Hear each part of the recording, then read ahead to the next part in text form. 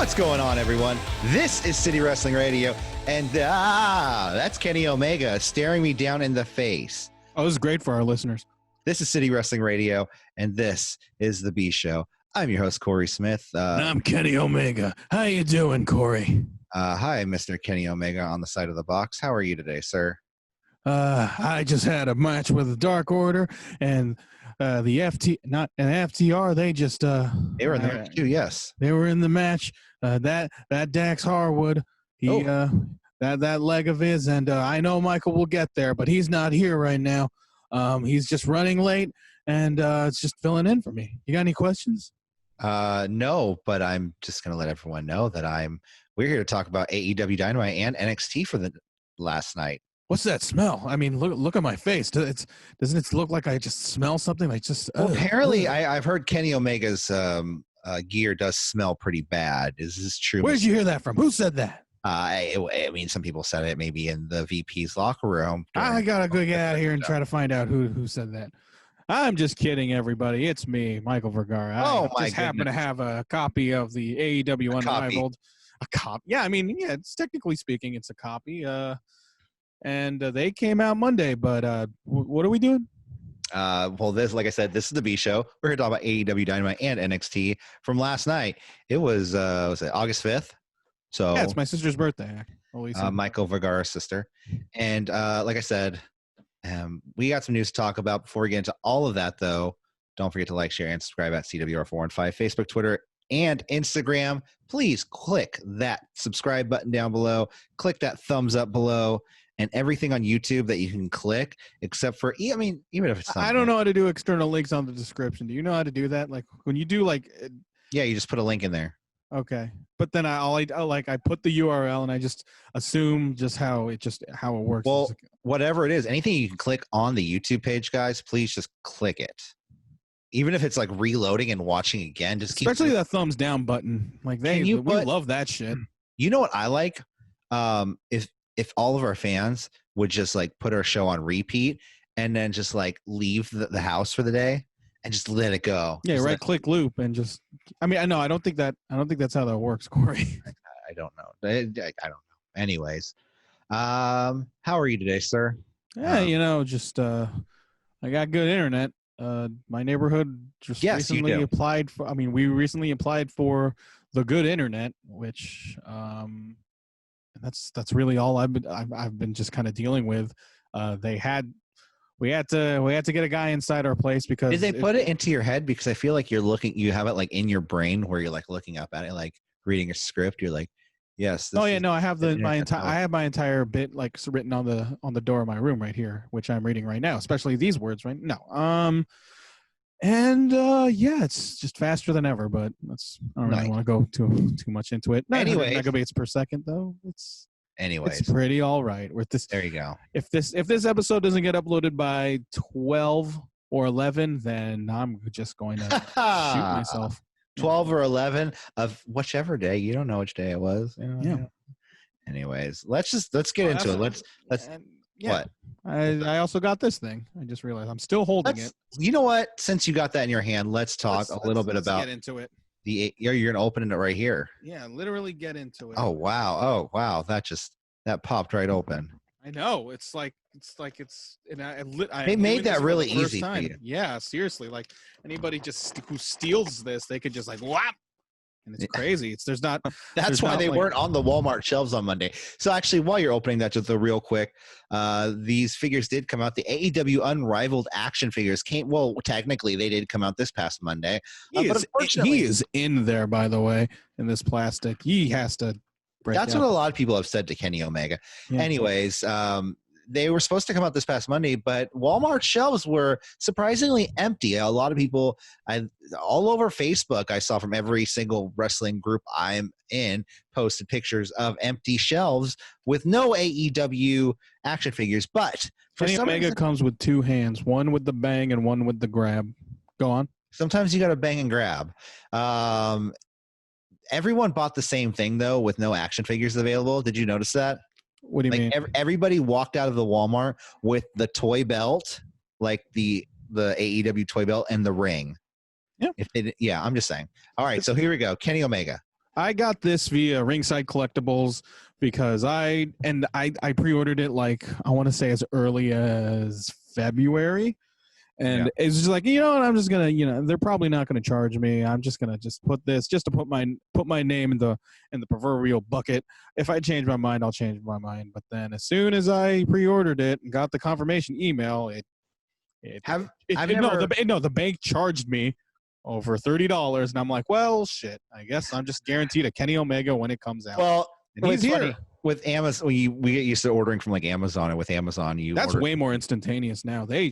Amazon they take the money out when it ships, as opposed to a lot of other sites. How was Ringside Collectables? I've never ordered from them before. I mean, if you're going to pre-order from Ringside Collectables, you better like have the money for it, because I know wrestling fans aren't exactly the most wealthiest of the bunch. So, if you're financially really on the bench, you have to be really all the way if you're going to pre-order from Ringside Collectables. How's the jacket? Is the jacket really stiff? It's extremely stiff. It's like you can't move it at all. There's most WWE figures too.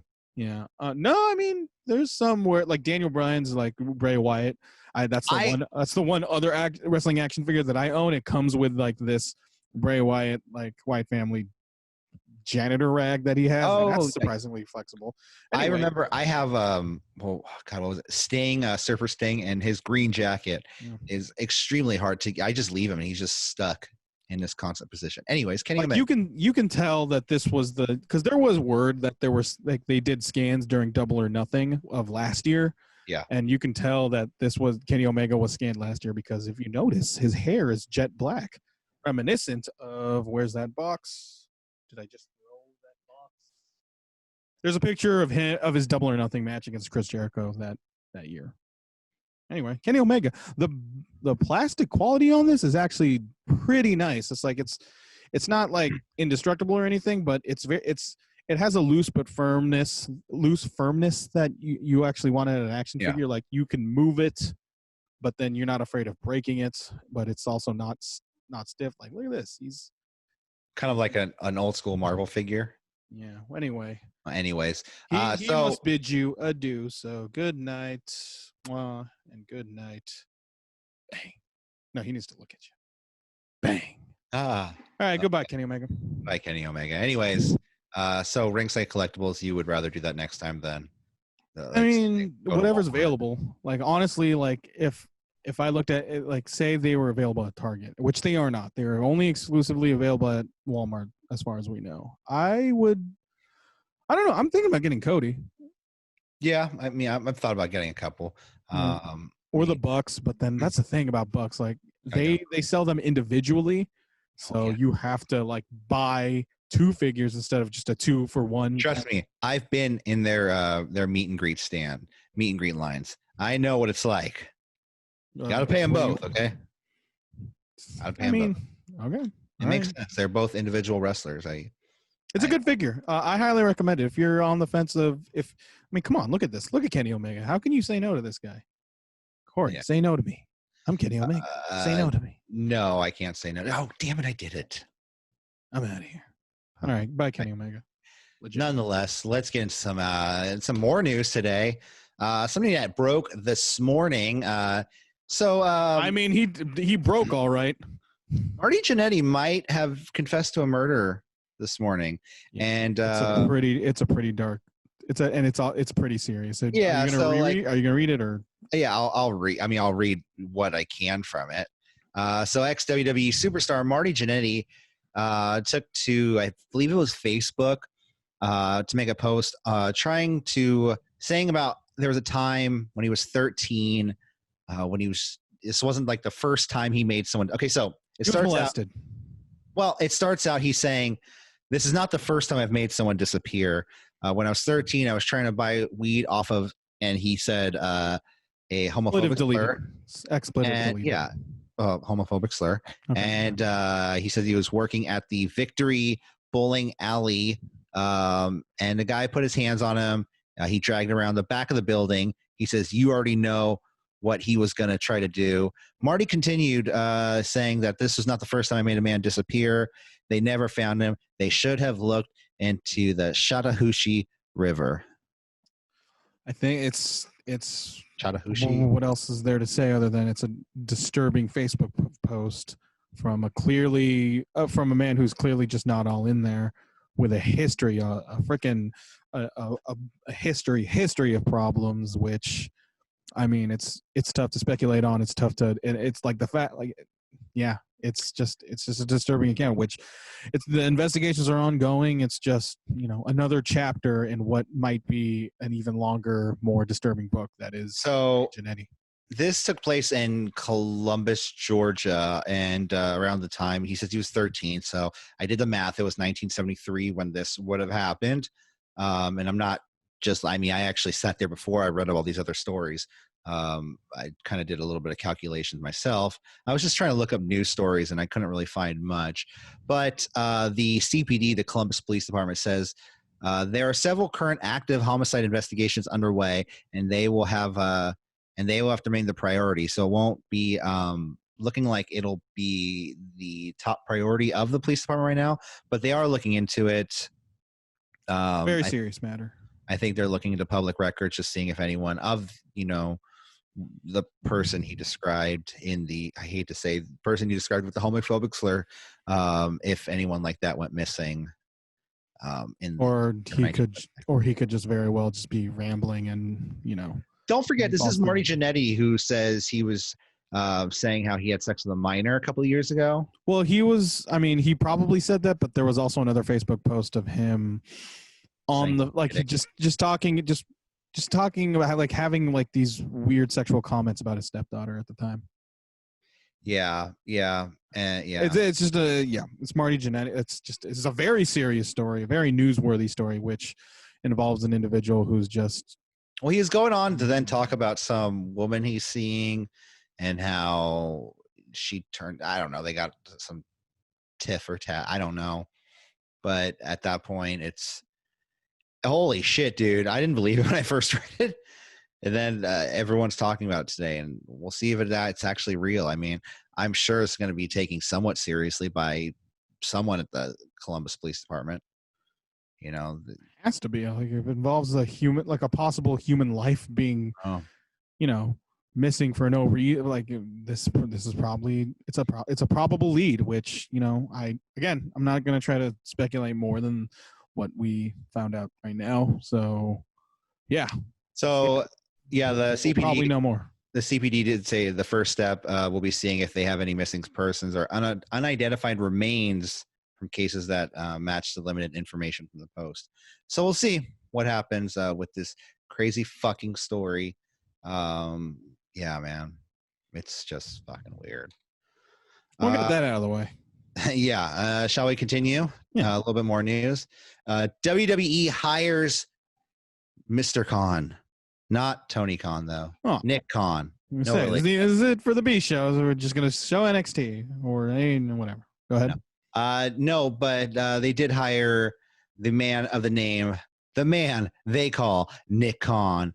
WWE announced that Nick Khan, former head of television and creative at Creative Artist Agency, CAA, has been named president and chief revenue officer, reporting directly to WWE chairman and CEO Vincent Kennedy McMahon. They went on to say in their press release, Nick is a seasoned media executive with deep understanding of our business and a proven track record of generating significant value for sports and entertainment properties. So, he's got both of them checked off right there. Yeah, he was pretty much the guy, the spearhead of why WWE has these gigantic fucking deals, 5-year deals with NBC and Fox. So it kind of would just super make sense to make this guy, the guy who has made you a fuck ton of money, to be your president and not CEO, but you're a guy. So one thing to look at when seeing these specific information, these types of news, is what would be the stock price when these happen. Post Wrestling, my very favorite website in regards to this sort of news, reports that After City Wrestling Radio's Facebook page, of course. Yeah, sure. John Pollock writes, the news of Khan's hiring was met with a 2% increase in the WWE stock price that closed at $45.26 on Wednesday. In terms of long-term stability and possibilities, this is one of the most important hires for WWE and was a massive story within the television industry on Wednesday. I think John Pollock went a little bit of editorializing right there, but it's a big deal. Nick Khan, he is was it head of creative? No, not head of creative. Now I'm all thrown around. Yeah, because your notes are not in front of you anymore. Yeah, every time I open up something else on my computer, something else shuts down. Anyways, let's talk a little AEW news. A little All Elite Wrestling. They announced a new platform for women wrestling fans. You hear this, Michael? Did you hear this? It could go on. AEW Heels launches a dynamic membership platform for female wrestling fans. New female forward community led by Brandy Rhodes to hold the first event on the new platform Friday, August 7th. This is going to be like a focus group that you pay $49 for an annual subscription for. So it's Skype with them or Zoom with them. It's pretty much a Q&A Zoom with Aubrey Edwards, Brandy Rhodes hosting a social media strategy session and a session focused on respect and empowerment in the workplace, hosted by Keisha Ann Gray. I don't know who she is. She sounds very important though. But yeah, this strong name. This is to me, the cynic in me. It's great that like AEW Heels is a thing for women, by women, for their fan group, just to give them like a platform to talk about what they want to talk about. We are not that demographic, but the cynic in me wants me to say that this is a fucking focus group that you pay for. You know what I mean? Yeah, I don't know, man. It's also under the, I don't want to say guise because that would just make them sound disingenuous, but like it's under the guise of just saying that we're all about inclusion and how about women equality. Give us $50, and I kind of get it in the sense that like I'm trying to like find reason. I'm really trying to find reasons for why they should do this. Like you can definitely make the argument about, listen, if they're just going to be like if they're just going to be trolls that are just going to be ruining the damn thing, guess what? They paid $50 to do this. They want to create a filter of women who really want to, and I'm assuming they'll only allow women into the Zoom call. Well, yeah, I mean, I'm sure like women and like people who identify or Q&As with AEW talent, customized merchandise, themed parties, and more. Like it's like, hey, ladies, what do you think of this picture? You don't like it? Thumbs up, thumbs down. Okay, what about this? Could be that. I mean, I'm very curious of what this will be Friday. Are you gonna join AEW? I can't. Are you gonna buy a membership for? You should buy a membership for a family member. What if set my mom up? Yeah, and your mom would just have a report on AEW Heels. Yeah. Lipstick and heels, we'll call it. Sassy, I am.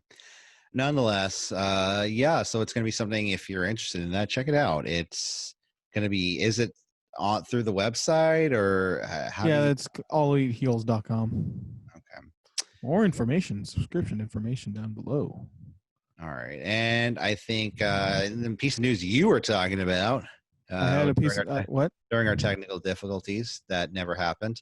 Hiroshi Tanahashi.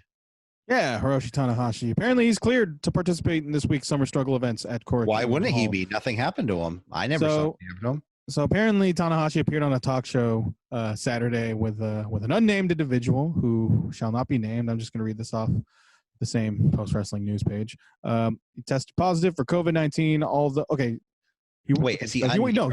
Tanahashi appeared on a talk show this past Saturday with an unnamed individual that tested positive for COVID-19.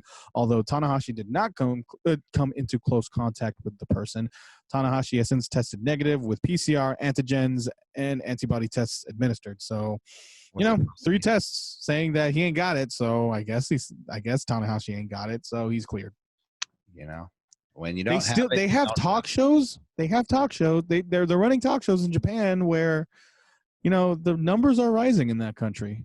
And now they're having talk shows that in front of like in a studio, in which I mean here in America, like only a select few are in studios, and rarely guests. I go into a studio, not a TV studio, but thank you, Corey. Sorry, that's interesting. I just wanted to be included. Yeah, well, here's the if you want to be included, here's my $49 seminar about being being in a studio. Well, you gotta think too, like is AEW, are they gonna have like a overall one of these like one day where it's just like a Q&A with men only? It's Cody Rhodes and talking dude stuff. Remember the man show? Yeah, we're gonna have trampolines. Girls on trampolines. That one guy who can drink an entire liter in like less than 2 seconds, who's probably dead by now. The Fox, he definitely is dead. He died on the show, like while the show was being filmed. Really? Yeah. His name was the Fox. The Fox, yeah. Oh wow. I only remember that because I remember having an argument with someone about the Fox and the Fawns. It's an argument we've all been there, Corey. Anyways, Hiroshi Tanahashi doesn't have COVID. That's the news. Well, anyways, and I think our last piece. Well, it's not really news. I mean, anything else in the news? I mean that tag tournament happened. I was gonna say it's not really news, but we were gonna see it. Yeah, I mean, I watched it. Tay all the way, man. I had very low expectations. Yeah, Tainara Conchi, who is Conchi. Who's formerly Tainara Conchi from NXT. She participated in a tag match. I would love if they said that. They're like, Tai Conchi, formerly known as Tainara Conchi. I mean, what else can they say? Yeah, she was in a tag match again with Anna Jay versus, man, I completely forgot actually. Nyla Rose and Ariana Andrews, who has since said that she has not been signed. So yeah. I wonder why. She's very green, dude. I mean, like, or Ariane. Is there a point like she did try to roll somebody over when she went for the pin, though. I will say that. Well, I mean, when can you call? When is there a point where you don't call someone green and just say that they don't have it? Well, if that's green, you're not good. I think green is when you're just starting. You're not good enough. But we think you'll get there. That's what I think green means. Is that not what it means? I just thought green meant like green like a banana, like it tastes like shit and you don't want to eat it. No. Like you're a little green, but we can work with that. And like it's just people who are just potential. Yeah. I thought it was just bad. And I don't think. I mean, watching. I guess I was wrong. Sorry, everyone. I messed up. How dare you, Corey? Anyways, we have too many pregnant pauses in this podcast. I know. Tainara Conchi, Anna Jay, move on to the second round after beating Nyla Rose and Ariane. And Nyla Rose was like, "I'm gonna take out Ariane now." She doesn't care, and yeah, Nyla Rose. Nyla Rose didn't care. She'll just be a beast. I mean, my main takeaway was that Tai Conchi and Anna Jay, like they have a lot of potential. Yeah. Anna Jay, I will sing to my praises all day and all night about that woman. She's considering the fact that she's only been in like less than 10 matches in her entire career so far, and she's at this level. Like God knows where she'll be. And Tai Conchi, like she wants it. There you can tell with certain individuals where they're just simply in it, for the money. And all this stuff, and you look like there's something going on with the news, and you feel like you found something. What? Corey? No, I was going to talk about the other match that happened. Oh yeah, that was really bad. That was really bad. I did not like the Nightmare Sisters versus Penelope Ford and Mel, whose theme song, remember, it says, "It's time to smack a bitch." That's how. Is that really the lyrics? Yeah, that's how that starts. It's time to smack a bitch. Boy. They lost to the Nightmare Sisters, who after the match, Brandy started to seem a little heelish. I'm starting to think my whole premonition of everyone, the whole elite turning heel is happening finally, being turned into the night. No, I just, Brandy says after the match, she says, "You got to do what you got to do to get the job done now. And she says, I'm the only one with an action figure here. I'm the only woman with an action figure here in AEW. And everyone is going to learn the Nightmare Sisters. And Sheeta's going to get an action figure. Yeah. Actually, I thought she should have got an action figure before Brandy. But, right, Brandy's, I get it. They made these a long time. They made these figures a long time ago. They're in a different time. Nyla Rose, maybe then?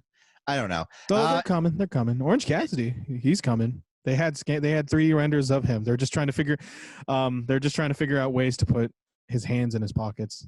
That's what Tony Khan said in the Major Wrestling Figure podcast with Matt Cardona and Kurt I think what's his name? Kurt Hawkins. Brian Myers. Yeah, Tony Khan. Yeah, there was a podcast where Tony Khan was there, and it's just if you want to see just an hour of Tony Khan being an absolute just goober geek in a good way, in a lovable way. There's your podcast. Right after you listen to this one, though. Yeah. So, like I was saying, they're going to turn heel, and they're going to turn on Dustin. That's what you think. Yeah. Well, no, Dustin's going to turn heel on them, and he's going to cause them to lose. No, I don't know. But no, I honestly think that's what's going to happen. I think Cody's going to turn heel eventually. I think Omega and the Bucks are on their turn, and they're not going to be the Elite. They're going to be called the Nightmare Family. It's going to be a dark run by Cody. Well, I mean, your track record is your track record, Corey. Hey, we'll see how it goes. You know what? I don't need a track record. I just need one. Yeah, you don't need a track record. We could just watch the prediction show. Which prediction show? Just any prediction. Just any of them. You lost it, Corey. No. All right. It'll. You're probably right though. All right. Like Brandy just tuning it up. Yeah, because that fact is very obvious. Well, the one thing about AEW that's really bothering me is the one thing that they prided themselves off of was the whole let the musicians play their music. So I think they kind of do. But when their music changes every couple of months, it's kind of hard to keep an album going, if you know what I mean. I mean, wait, what? Boom, I just dropped an analogy. I mean, never mind. I mean, no. Let's talk some wrestling, shall we? Some actual wrestling that happened last night. Yes, let's. It was Dynamite. Before we got into both shows, what did you think of the shows comparatively? I really liked the Dynamite this week. It was way better than last week. NXT. I thought NXT was really good, too. NXT was okay. Really? You thought so? Yeah. I mean, Dynamite was really good as well. Dynamite was very story-driven. It's funny because I think a lot of the times they have a lot more sports entertainment. Dynamite? Storyline-wise. Like, they have, Being the Elite is all sports entertainment. Like, that's all. I mean, Being the Elite has no sports. It's all entertainment. Well, it's people in sports wear, so technically. What? People in sportswear doing entertaining. Wear? I mean, they have their gear, their wrestling gear. They're always in their wrestling gear when they're doing Being the Elite. I mean, but then that doesn't mean they're wrestling. It's either before or after the match. Anyways, AEW Dynamite. AEW Dynamite, August 5th, 2020 in Daly's Place. You know where it is. No Excalibur again. This was taped yesterday. This was taped the day after last week. So I guess they kind of just held them off for this set of tapings. We'll see what what's in store for next week. I hope he's on commentary for next week because I think that's going to be a massive show. This was taped last week? Yeah, this was taped last week. I thought last week's was taped the week before. No. Oh. Last week was live, and then the day after, in Thursday, they film another one. Cool. Yeah, it's because 2-week incubation period for the thing. But yeah, and a bit of a correction. The tape where Excalibur said the racial slur was from 2003, not 2009. And I know 6 years. It's a bad thing to say no matter what. It's a bit of a small correction there. But starting off, 12-man tag, Elite and FTR versus the Dark Order. 12-man, so they're the 12-man fuck fest in the ring where they can't figure out what the fuck is going on. I mean, listen, very angry. Okay, well, honestly, this match I thought, in my opinion, embarrassed last week's 10-man with Inner Circle and Best Friends and Jurassic Express. I thought this was an incredible opening match for this show. So Brody Lee starts things off, but gets frustrated and tags in 9 as some sort of sacrifice. You have Preston Vance and Anna Jay just staring lifelessly at the commentary booth. There's a 4-on-3 of a triple vertical suplex. Kenny Omega just pretty much relives as being the elite skit by chasing Colt Cabana around the ring, which I thought was really funny. Oh, and Tony Schiavone mentioned it. Yeah. The thing is, like, Tony Schiavone, like, he's trying to kill him. You can tell that. Like, you can tell the added on words, the ADR from Tony Schiavone, like, they clearly added this on because they didn't mention it last week. Yeah. So they just brought Tony Schiavone in a booth. It's like, hey, we need to get these points across because we didn't do so in this way. Elite does an amazing. So everybody, like, all the Elite, they do this amazing flurry of offense on Stu Grayson and Alan Angels, like real mile-a-minute shit, like that contrasts perfectly with FTR, who are just like staring in confusion. Like, these guys are just doing a bunch of moves. They're just trying to win the match. Cash Wheeler hurts his knee and is being helped out as Kenny Omega beats up number 9, in which, in a very interesting way, Adam Page, he leaves with FTR as the Elite stay. So it kind of brings emphasis on that whole Adam Page, whose side is he on kind of thing. You know, is he a better friend to the FTR or is he a better friend to the Elite? Like I said it last week, I'll say it again. Like, I assume anyone listening to this is their first time listening to this. I think Evil Uno continues to be in tremendous shape. Getting better and better. Well, it's just like, did he lose like another 20 pounds the next day? I hope he didn't, because that'd be kind of messed up. So yeah, so yeah, pretty much FTR is they're pretty much gone from the match, and it's just pretty much the Elite versus the Dark Order. Matt Jackson, he just fucking goes ham in and out of the ring, Braun Strowman style. Adam Page then returns. He kicks the shit out of everyone. Does a side suplex, 2 angels on the apron, an Uehara moonsault front page to a lot of the Dark Order members, but Brody Lee has the chance to stop him, but he doesn't. He just kind of just stares at him like, you know what, Page? I think I like you. I'm gonna let you moonsault all of my guys. No, I thought that was funny because Brody's just like, okay, go ahead. Just go ahead. Do it. Fuck these guys. Go ahead. Just go. Yeah. Then Page, he pretty much just drags number 9 out onto the corner for 9 to tag Lee in. Yeah. So because Page wants Lee, and I was just like, man, give me Who was this the now. guy? Who was the guy in the long black shirt? That was number 9. We don't know who he is. He's just number 9. Why wasn't Vance in the match? Because he was just with Anna Jay, just staring. It just doesn't make sense to me. Why have this extra guy in the match when you got a really good working one over there? Maybe they just wanted to give experience to number 9. I think, I wonder who it was under that mask, but it's just some dude. Like, he was clearly smaller than everybody else. He was a performer. Just like Ricochet was one of the fucking ninjas last week on Monday Night Raw. You mean this week? This past week I meant. Yeah. But anyways. Tope Suicida from Lee. Everyone works on Page. Chicago Skyline from Colt to Page, but Omega stops them. I forgot to tell you, Colt Cabana is part of it. I know he's not officially a member of Dark Order, but I just put him in there. 450 senton combo to Omega and Page for a 2 count, and God damn, these guys are just bringing it. Everyone gets super kicked by the Bucks. Snapdragon super kick combo to Brody Lee.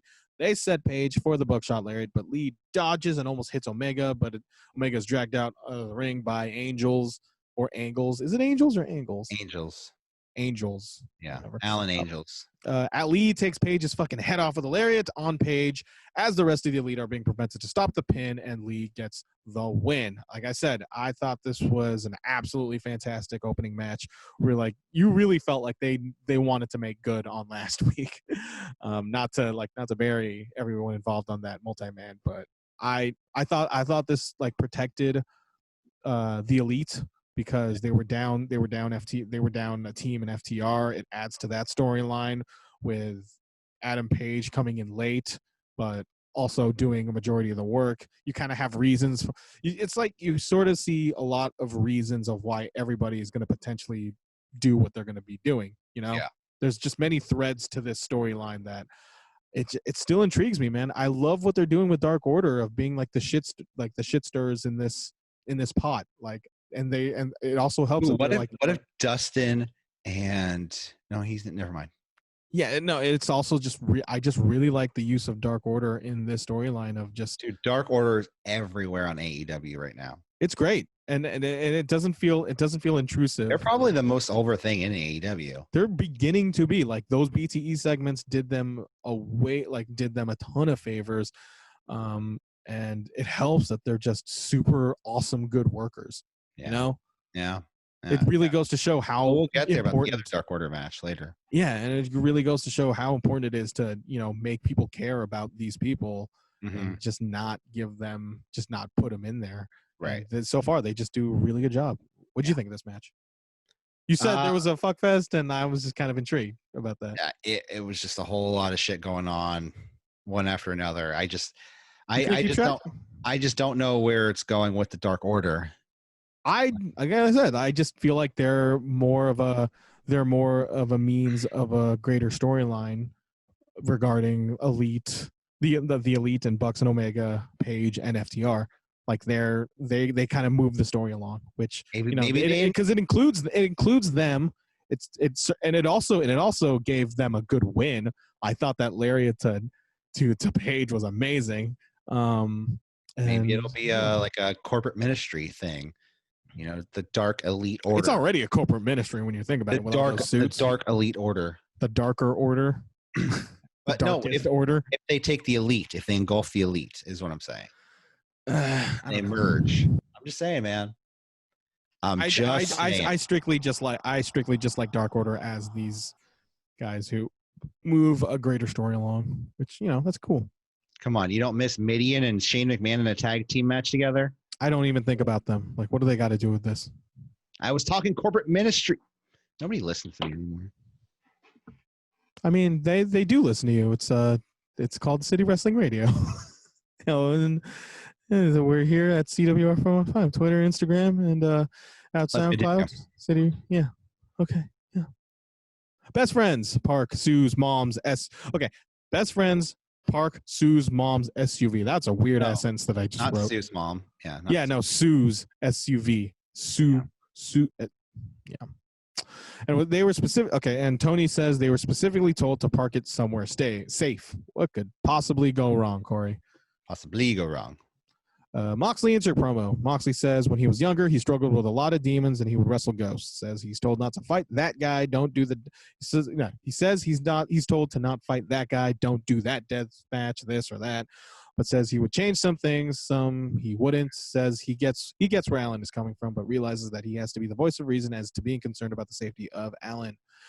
He doesn't want to be responsible for the end of Alan's career, but the title's on the line, and he's got to do what he's got to do, and that when it's time to stay down, just stay down. He knows he's not going to listen because he wouldn't. I thought this was an excellent promo from Moxley. It was good. I liked it. I love John Moxley. He is. I love him. I want to marry him. And he's already married, Corey. Well, then never mind. I just want to support him by buying a T-shirt then. All right. Taz is looking forward to both their deaths, which I thought was great. Taz is great on commentary because everyone was used to working with Excalibur. And Excalibur, I hate to say it, but he was the glue that held everyone together. I got to say, Excalibur would have been would have done an amazing job in the opening match. Oh, I'm not saying that, but I'm just saying in general. He was missed. No, I'm saying he was missed again. Taz has good rapport with Excalibur, and Jim Ross and Tony have good rapport with Excalibur. I mean, did you watch it? Taz, yeah. Tony and Taz are amazing together. Honestly. Tony just like, yes, Taz. They just don't give a fuck. Yeah, it's great. I thought you were talking to me. You're not, though. Okay, that's great. Put me over? I don't think so. Okay, whatever. Yeah, whatever, Tony. Anyways. Proud and Powerful versus Best Friends. This was your standard tag match, like singles match with occasional double teams, like nothing bad. JR plugs picture in picture and nothing happens awkwardly. Where's my damn picture in picture? So Best Friends, they do the wide shot hug, and Tony just says they're giving the people what they want, and then JR says, "Oh yeah, well, how about I wanted some damn picture in picture," which I thought was really hilarious. Ortiz stands on Trent's head and yells to the camera, "Look at your baby boy, Sue! Look at your baby boy!" Yeah. Ortiz, just being Ortiz.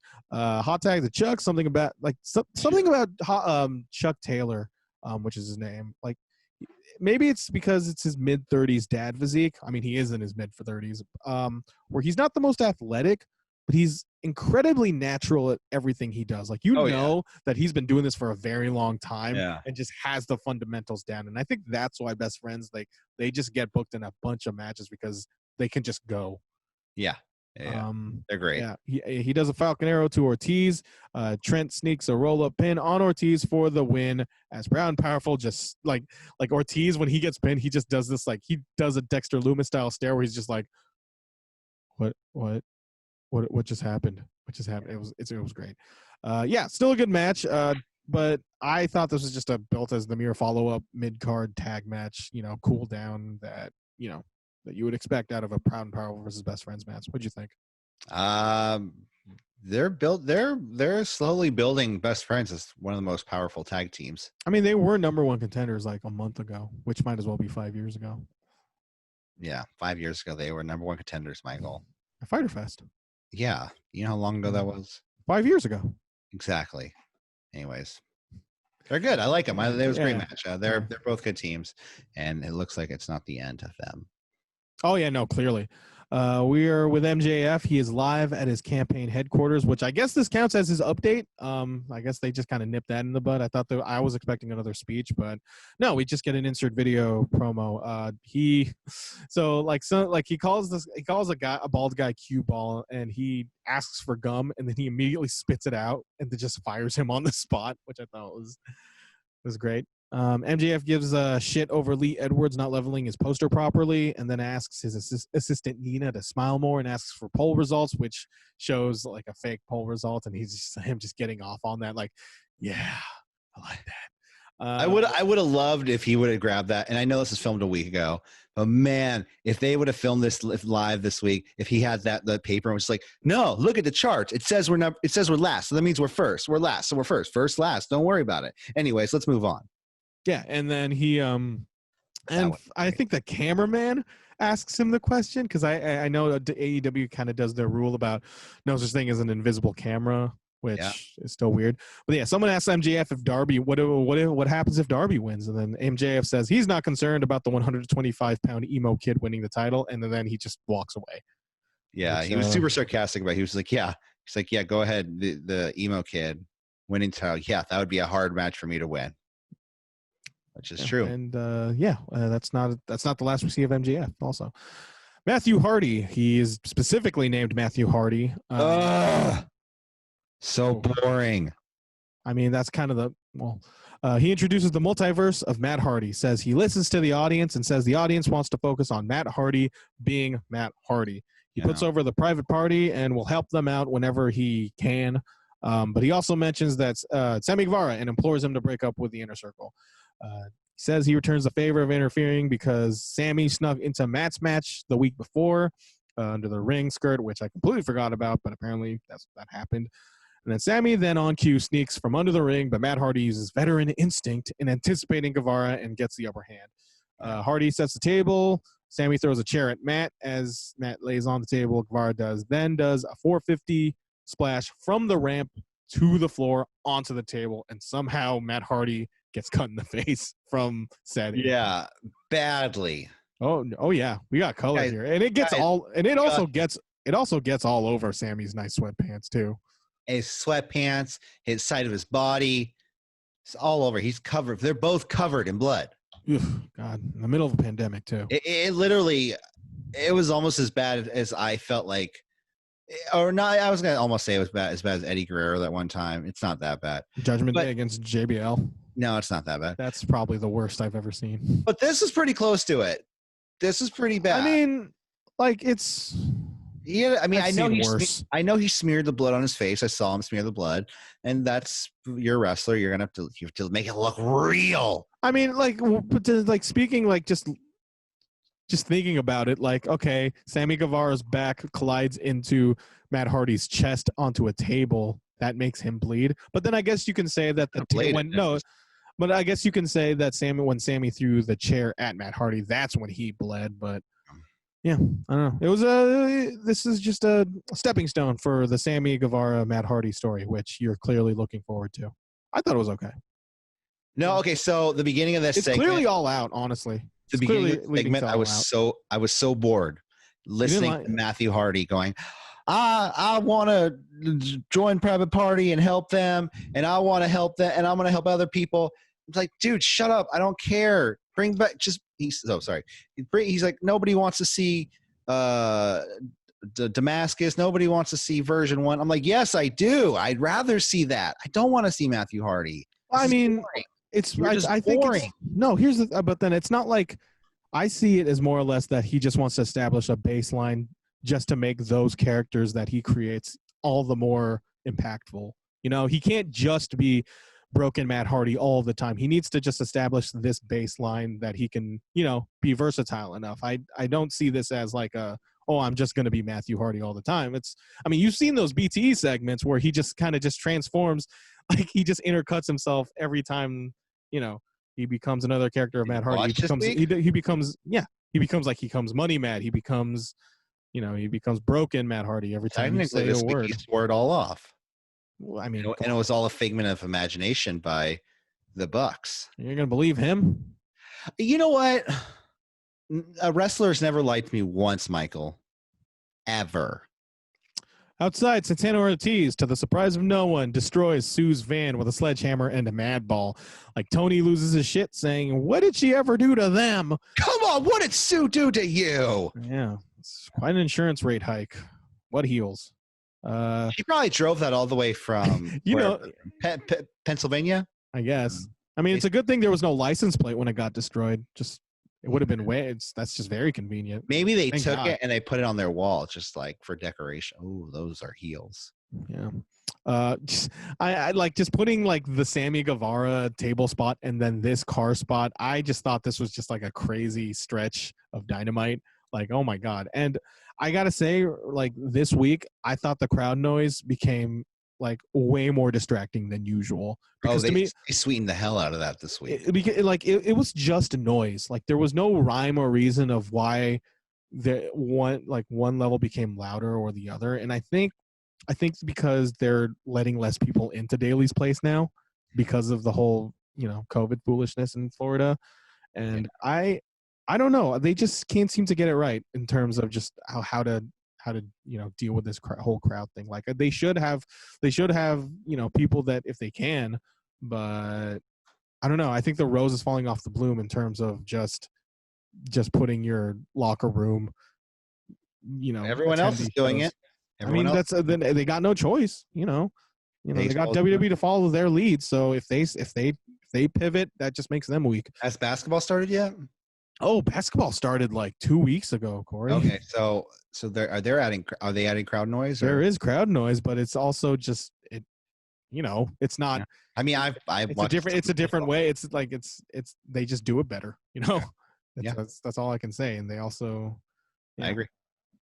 And hey, those basketball games they have gotten entertaining. But I digress. Dark Order, John Silver and Alex Reynolds versus Matt Cardona and Cody. Cardona gets... Fucking love John Silver and Alex Reynolds. Oh, they're great. They are so good in the ring, and they are so funny on Being the Elite. Yeah, they are so funny that they make it a storyline about best friends taking the shine off the Dark Order, and then they would have to fight, and then leading to them wanting to kill Brandon Cutler because he just keeps on telling them how much better the best friend, how much like how zero creativity best friends have compared to the Dark Order. Yeah, it's great. It's great. I love them. They give Matt Cardona pyro. Think about that, man. They give like just on national television. It's great. You know, I was just thinking about this week, and you know, like we sat here last week and we made that mention about, well, Cody said he didn't want this to be a company where he just hires his friends, and kind of hired his friend. But I mean, if he genuinely saw potential, I was willing to give him a chance. You know, it's only fair.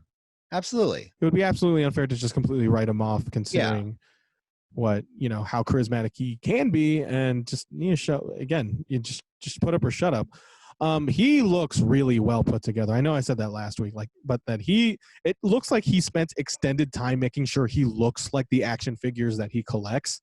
Yeah. Like he just looked at his shelf, and I'm like, okay, just gonna have these deltoids, just make them look like that. Right, biceps like that. He is really well put together. He's got a bunch of WWE money probably saved up. He has all his free time. Of course. This is the same about Heath Slater. This was the same about fucking Jinder Mahal for a brief period of time. He's just gonna order HelloFresh or some fucking delivery service. Yeah, and yeah.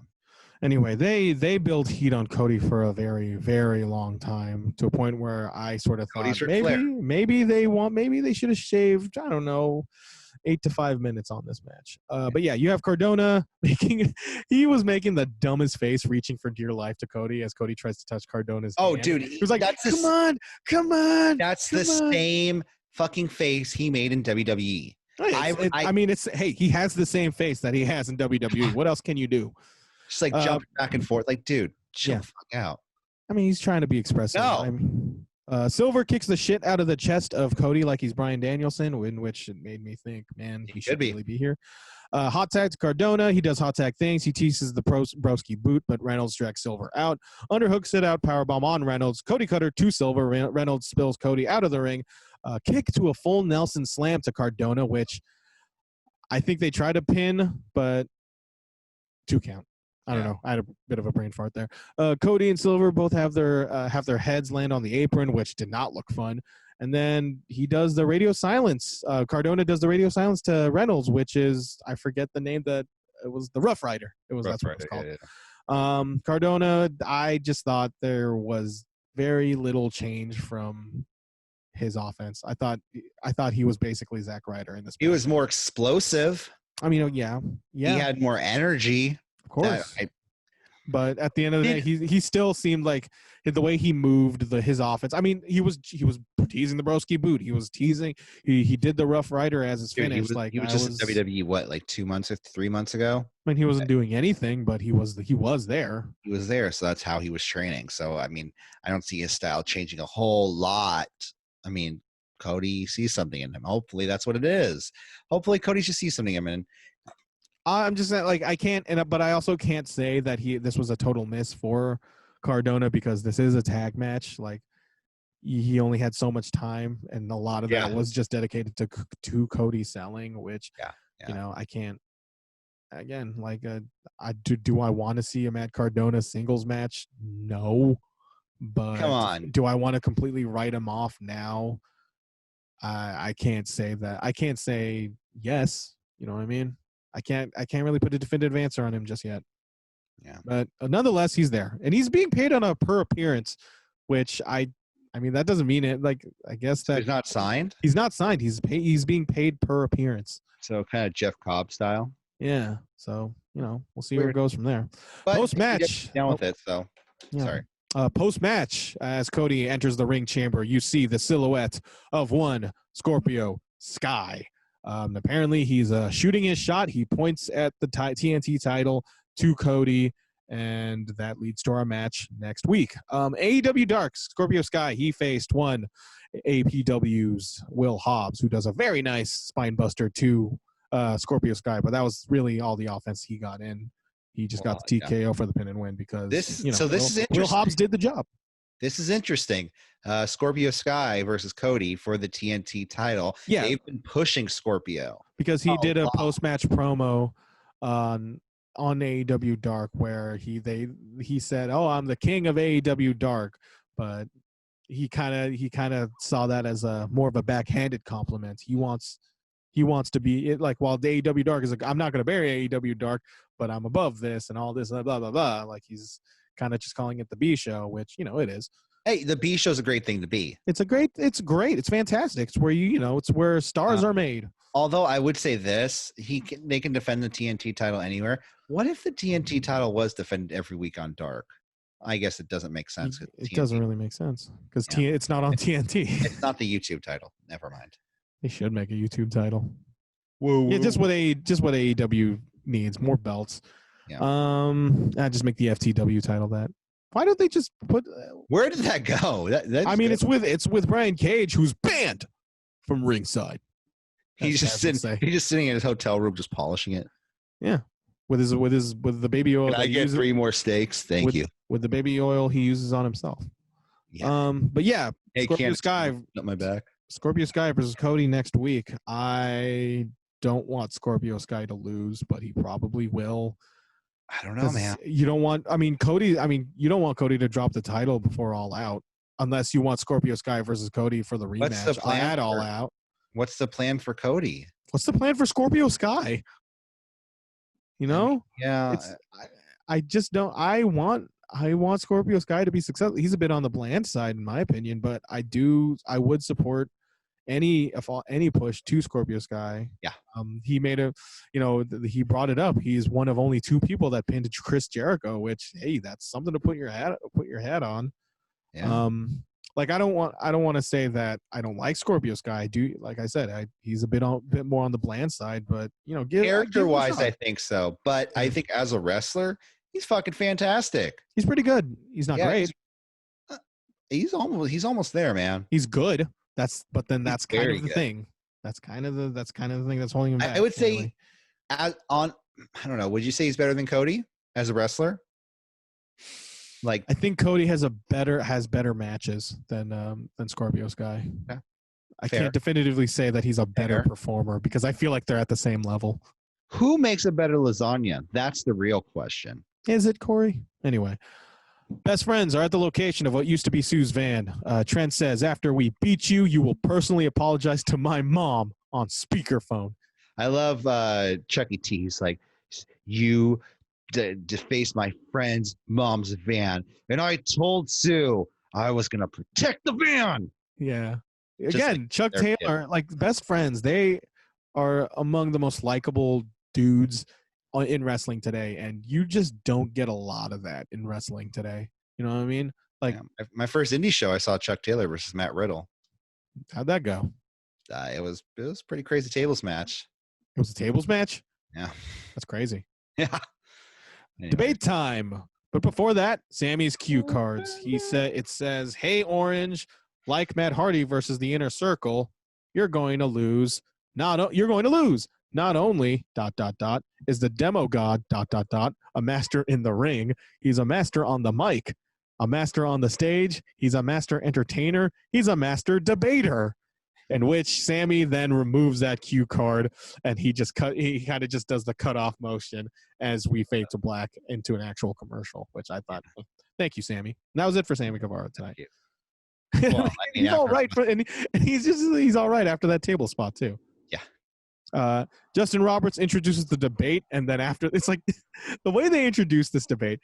Justin Roberts, he's on the ring. He introduces it like he says, "This is the AEW Great Debate 2020," and then fucking pyro comes off like a million fireworks, and I just come on, it's gonna happen. I don't know why. I just I just laughed like an idiot when that happened. I just thought it was so funny, and we reveal the moderator is in fact Eric Bischoff. Your best friend, Eric Bischoff. Oh, yeah. And then as Eric Bischoff enters the scene, JR just says, 83 weeks, which is a reference to Eric Bischoff's, not only his podcast, but the amount of weeks that Nitro beat Monday Night Raw on the ratings, yada, yada, yada.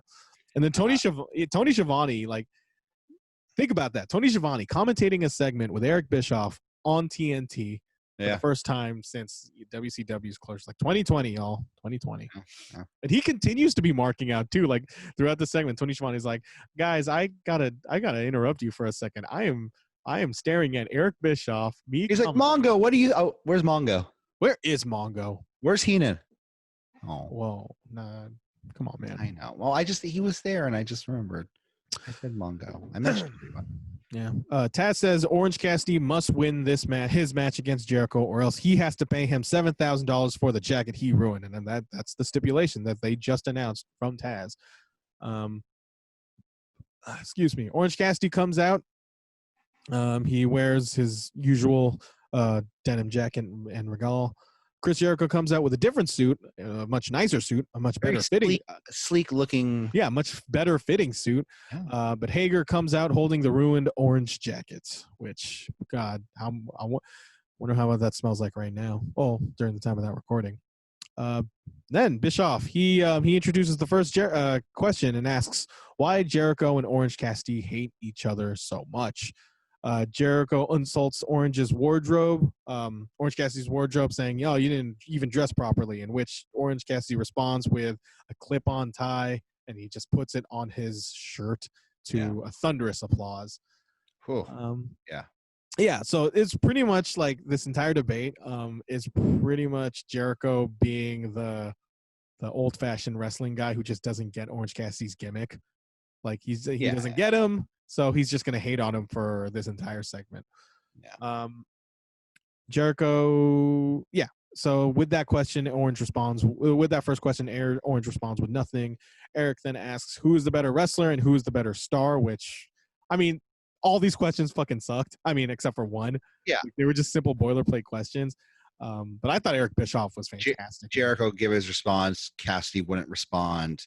Yeah. To all the questions that didn't matter. Jericho puts himself over all the time. And then Eric asks about global sea levels and asks and pretty much asks Jericho and Orange their thoughts about the situation.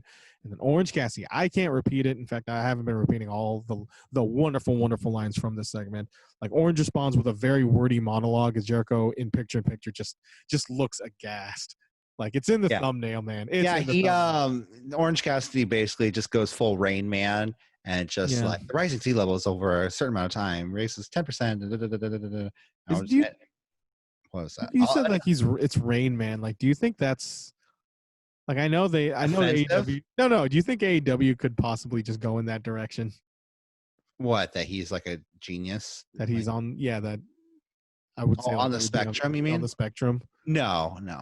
Nah, he's Orange Cassidy. You don't have to overthink this. Yeah. But then like he does kind of give off that. What I thought it was is that he doesn't care about the questions that didn't matter, but the questions that did matter was that one, because it really matters in this world, that kind of stuff. And he's just like, no. And that's kind of the thing that would get him over with today's kind of, today's youth don't care about, fucking who's the best wrestler. They're going to laugh about some guy doing something like that. So Eric asks why Orange Cassidy is so popular. Jericho says Orange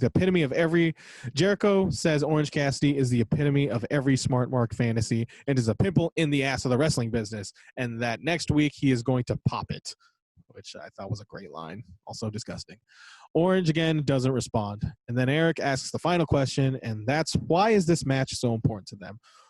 And then before Jericho speaks, Orange tells Jericho to shut up. I thought he was going to say shut the hell up, just as a throwback, but I guess they just wanted Orange to be Orange. Well, and again, it's another question that matters to Cassidy. Yeah. So Orange knows Jericho, Orange, he pretty much just says he knows Jericho set this debate up to embarrass Jericho, but Orange says he cares about the match next. Orange says that he may not care a lot about things, but he says he cares about the match next week. And it's not only the most important match of his life, but is also Jericho's most important match of his life because he wants Jericho to imagine what would it be like if Orange Cassidy just somehow beats Jericho, and it bothers him and that very fact would bother Jericho like so much.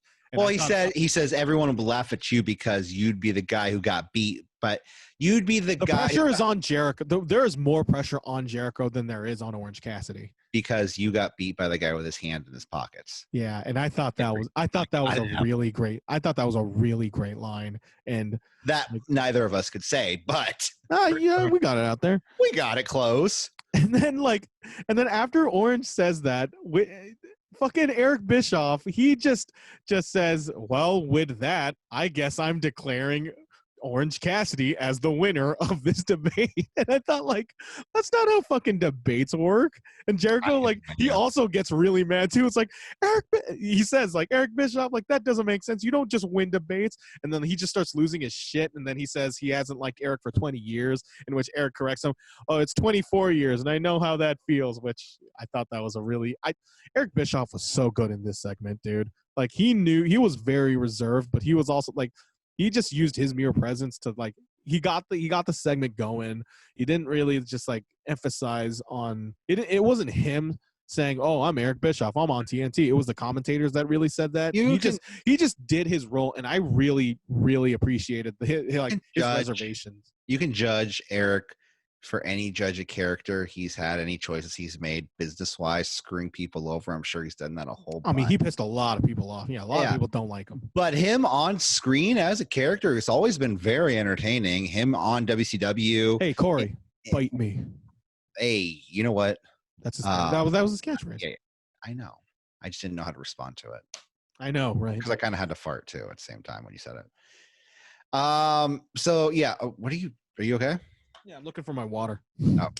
Yeah, so him as an on-screen character has been really good this entire time. I mean, him on 83 Weeks, the podcast, has been really good. So, but yeah, it was just Eric Bischoff just moving it along. But like, yeah, I really liked it. But I thought Jericho was incredible in this segment. Jericho. Yeah. And made Orange Cassidy, who did his own, who did very well too. You know, he really held his own. Like this was, you know, a lot was riding on Orange Cassidy not like messing up his lines in terms of like the Orange. He was reading off cue cards. I think he was reading off. He can't be reading off cue cards. He would see. Dude, he was not going to remember all. I have faith in Orange Cassidy. Like I have faith that that fire ant would. You don't believe in Orange Cassidy? How dare you? Not like that. But yeah. Trip that long. Jericho summons Hager to beat up Orange, gets the Judas Vex. Best friends come in for the save. Again, an absolutely incredible segment, and I can't wait for Orange hit the ropes hard too. After Hager hit him, I was like, yeah. I kind of thought he got Enzo for a second. That would have been a real big bummer. Yeah. What'd you think of this segment? It was fun. I loved it. It was entertaining. I laughed. Eric Bischoff is funny. Chris Jericho is funny. The more I listen to you, I think Cindy has a point. Where you not only kind of look like Orange Cassidy, you do kind of sound like Orange Cassidy. Now that we hear more of Orange Cassidy's voice, I want that work on it. Just work on it. I want that DNA test. Yeah. Orange, I'm calling you out, brother. I want some of your DNA. That sounded weird. Let's move on. Tony is with Britt Baker. Britt Baker chooses Reba to face Big Swole as Nyla loses her shit in the background. No, she's teaming with her, right? No, Britt Baker chooses Reba to face Big Swole as the opponent of her choice. So Big Swole. Remember the whole thing about Big Swole? Like the only way to have Big Swole put her hands on Britt Baker, to have Britt Baker, is she faces an opponent of Britt Baker's choice, and Britt Baker chooses Reba. Okay. Yeah, and Nyla loses her shit in the background. Like, oh my God, she's so fucked. So JR says Reba is the youngest ever woman to be a Dallas Cowboy cheerleader, which is a fact that I, definitely Googled. Like you could tell JR has the. I hope JR Googled that and wasn't like, oh, I knew that off the top of my head. JR has. Yeah. If you look at JR on Twitter and Instagram, he has the fattest crush on Reba, which I don't blame her, but he's getting. And he's also got a fucking fat crush on Sunny too, but that's neither here nor there. Reba's terrible, dude. Like, and I think it's on purpose. Like this Matt, like, I don't know. Like a lot. Like I commented on the fact that like Reba is like in another league terrible, and there's like, oh, she's doing it on purpose. She's doing it on purpose. Like, what do you mean terrible? Like match wise? Like this match was like the way her offense like just looked like it just. Wait, did I miss a whole match? Yeah, Reba versus Big Swole. Oh, I thought that was for like next week. I thought you were talking. I missed this match somehow. Yeah, Reba wrestled Big Swole, and she looked really bad in the ring. That's a bummer. Big Swole, she misses. Reba sets herself up with a moonsault. She makes the moonsault, but then she kind of makes contact with Swole. She missed her mark, which I'm not surprised. But Swole hits her with some elbow, gets the pin and win, and that's it for the women. Was she green? No. Anyway, but this is the segment. That's all the women get for this week's Dynamite, which is a bit of a disappointment. Like this, I mean, like Sheeta, come on. I mean, did she wrestle last week? See, the fact that I don't even remember is kind of no. She did. Yeah, she wrestled. Was it Diamante? Oh, Diamante. That's true. Diamante, That's true. Yeah. Instead of facing. It goes to show how fucking thin that roster is, dude. That the women's roster is. It's too bad. It's too bad. I just saw the stupidest thing on Twitter. Someone says NXT sucks, AEW is gold, and for some reason Shotzi wanted to reply wrong. That's it with the Donald Trump gif or the no, just She just responded with a wrong. Yeah, she just said wrong. I mean, she's putting the brand that she works for over, so I can't blame her. Main event, Darby Allin versus Jon Moxley for the AEW World Championship. Constant replays of that terrible tack skateboard spot on Ricky Starks. It's just, they have that on multiple angles, and I just cringe every time I see it. Darby Allin enters with a Moxley face cutout like he's the spy from Team Fortress 2. Taz is pissed off at the sight of Moxley, and he hammers home the fact that Stark and Cage are banned from the premises. Yeah. Just he says banned like he's Emeril Lagasse or something. We banned him. Bam. So yeah, that it pretty much just telegraphs that there's no fuckery from them, at least. Yeah. Mox punches Darby in the face after he rips out the cutout picture. Darby bleeds from the mouth early. And then for a second, I thought Mox was having like a weird early. He bleeds from the mouth the first punch is thrown. Oh yeah. For a second, like there was a moment where I thought like Mox was having a MRSA attack on his chest and back, but then I realized that was just Darby's face paint. It's like, oh Jesus, so they gotta check that out. But then it's like, oh wait, it's just Darby's face paint. Does he have decaying flesh on him? On his it kind of did. It kind of looked like it. They go to the outside. Mox tosses Darby onto the steel ring post all the way from the entrance ramp, which I thought. I mean, Darby, like you are the master of bumping, but sometimes like you are too good at it where it's not going you're going to regret that. It's your classic stay down story from the veteran and the blue chipper who just doesn't want to give up. Darby just throws himself to Moxley because that's all he has to offer. Like when he's all in with his wrestling, I think I personally like it, but yeah, I can see how that turns off a lot of people. Darby drives Mox's hand onto the post and just kind of works on it for a little bit, but doesn't really go into the story of the match that much. Code red to Mox for a close 2 count. Mox does a German at the top, but Allin sort of saves himself by flipping. Wardlow comes out to distract the ref as MJF nails Moxley's face with a championship belt. I kind of said that real fast. Let me repeat that. Wardlow, you comes out to distract the ref as MJF nails Moxley's face with the champion belt. And then this is MJF, and here's the championship belt. And he goes, and I'm Moxley, and he goes, bruh, and and he conveniently bleeds to death. He's not dead, but he bleeds. Yeah, he doesn't bleed as much as Hardy did earlier, but he had a little bit of blood coming down. Darby does a coffin drop, and when he lands that coffin drop, I legit bought it. Like, oh my God. Really? I legit bought it, like, oh shit. How did word not get out that the title change happened? But Moxley kicks out because, dude, Moxley, he gets a fucking title shot to the head and a fucking coffin drop. Like he gets Darby's finisher, and he gets that, the title collision. Like, I don't know. Like some people are gonna say that like they are protecting the hell out of Moxley as this unbeatable guy, but I kind of thought of it as fucking they're burying Darby Allin's finish right here, dude. What do you think? I mean, if it was anyone else, I would agree with you. But with Jon Moxley, dude, it's like he's the champion, and like he's the champion. He's the toughest guy in AEW. But then don't you think the fact that he took a title belt to the face and then Darby Allin's finish, like where I'm coming from with this, like that is a lot. That is a lot. But they've also, like I said, they've built him up, and you said it too. That's John Cena levels of just kicking out, though. And he's John Cena levels of superstar in AEW. Yeah, that's fair enough. Fair enough. I just thought, but then, like it's not so much about Jon Moxley needing to be this powerful. It was more just about Darby Allin, like his, he actually gave everything. Could Darby Allin have kicked out of a paradigm shift like the first one, and maybe Moxley give him a second one, and then he was done? Yeah, that would have been cool. And also I didn't even that, and I think that happened. Okay, so Darby does a coffin drop, and I legit thought it was the finish of the match. Mox kicks out. Yeah, and Darby goes for another coffin drop, but Moxley catches him with a rear naked choke, and then he transitions to a Gotch style pile driver. Courtesy of Thank you. Courtesy of one Daddy Minoru Suzuki, but Allin kicks out of it.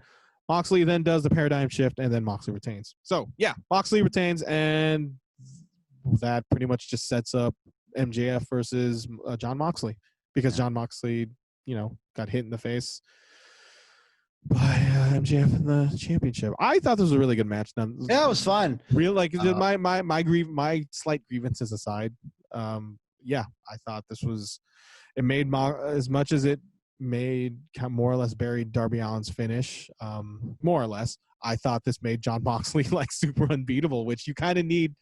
You kind of need that going into All Out, which is in 5 weeks, which is in about a month actually. And I thought it was great. September 5th. September 5th. It's exactly a month. Yeah. I thought this was an excellent episode of Dynamite, dude. It was way better than last week.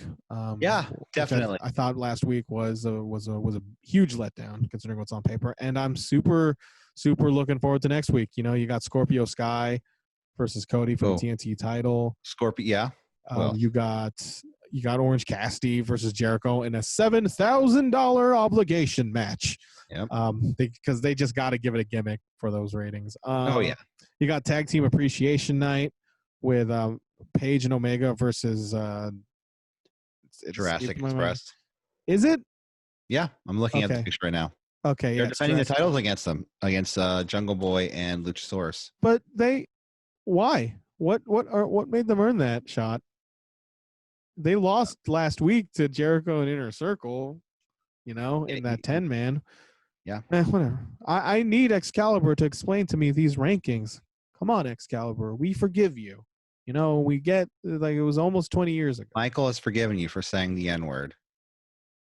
I mean, hey, listen, he said it, Excalibur, everybody involved in that angle, they have pretty much just said they regretted it the second they did it. Yeah. You know? Like it's completely different than the fact that it was in 2003. Yeah. If they like had this happened in like 2007, 2013, 2017, it's never a good time to say what they said. Yeah. But yeah, I'm just messing with you. No, it's yeah. We'll see how it goes next week. Excalibur, you know, I'm looking forward to it. I'm looking forward to Dynamite next week. It was a great episode this week too. What? Okay, so I'm looking at a clip. Okay, so I think Matt Hardy might have bladed when, what do you call it? The chair? Yeah, when he threw the chair at him, because you see him throw the chair. And he puts his arms up, and he probably stuck in a razor. He kind of goes like this. So there's your explanation. There's your Taz breakdown of the Matt Hardy blade spot. So he puts the hands on his face. That gives him the avenue to put the razor across his forehead. And there you see the bleeding. And that's how you juice in the segment in Dynamite. It's a stunt granny. Stunt granny. AEW Dynamite. You liked it? It was a good show. I loved this episode. 2 thumbs up. Hey. All right, let's move on to NXT. This week took place the exact same time as AEW Dynamite. Who would have thunk? Kicked off with Rhea Ripley versus Dakota Kai, number 1 contendership match for the NXT Women's Championship. Yeah, the two women against who faces Io Shirai. Exactly. The 2 women exchange holds until Ripley takes over with her sheer strength, stalling vertical suplex the guy. This match, though, starts to drag early with Ripley slowly wearing down Kai, starting to seem like a glorified squash match at some point, because it seems like Rhea Ripley is just beating down on Kai relentlessly. They got to put over that like Dakota Kai is just that type of heel, you know, who's not on the level of Rhea Ripley and who has to take shortcuts, you know. But this is just like every WWE match. I'm really starting to see the pattern when a heel. You're starting to see the pattern when a heel wins, man. It's like they get beat down for most of the match. Something happens, and then they win. Because that's what happened here. Because even at a certain point, Rhea Ripley gives this electric chair to Dakota Kai on the edge of the ring, and they land on the apron. Man. Yeah, and I was legit like, watch out for Dakota's nose, because I think she's broken it before. It's yeah. I'm just saying. Once I brought my nose, she looked fine. She looked fine. She looked fine after it. Prison trap to Kai versus with Kai throwing Rhea into the corner. Ripley then is on the edge of the ring, almost out of nowhere. Mercedes Martinez though runs in and kicks Ripley. We get the GTK. They go to kick to Rhea Ripley. She gets the pin and the win on Ripley. This match was a 6 out of 10 in my opinion. Decent match. Oh, go ahead. Yeah, decent match. Both women looked good. The electric chair spot though, that was pretty cool. When having this show start, I thought I thought it was pretty good. Mercedes Martinez beats down on Rhea Ripley after the match, setting up. I guess they're gonna have a match at Takeover 30. Yeah, the two biker chicks just having a go. Can we take over XXX? Triple H is like, I'm going to be a special guest referee. Get out of here, Triple H. 6 out of 10. Yeah, 6 out of 10. NXT Triple X. Are we going to see the return, or at least the debut of Vin Diesel in WWE? Oh yes, 100%.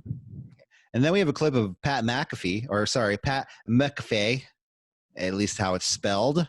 McAfee. That's not how it's spelled. I mean, people. It is how it's spelled. That antivirus software has been around for a very long time, and people have been saying McAfee for as long as that existed. Does he own? You literally hear the commentators and the announcers saying his name properly. Well, you telling me that they're wrong. You know what? The whole world is wrong except for me. So Pat McAfee. No, I'm kidding. I'm completely kidding. He's backstage. He's talking to Shawn Michaels, not Shane McMahon, just on the ramp. He's in the underground. He's in Raw Underground. He's doing Actually, you know what? That would have been interesting if he was in Raw Underground.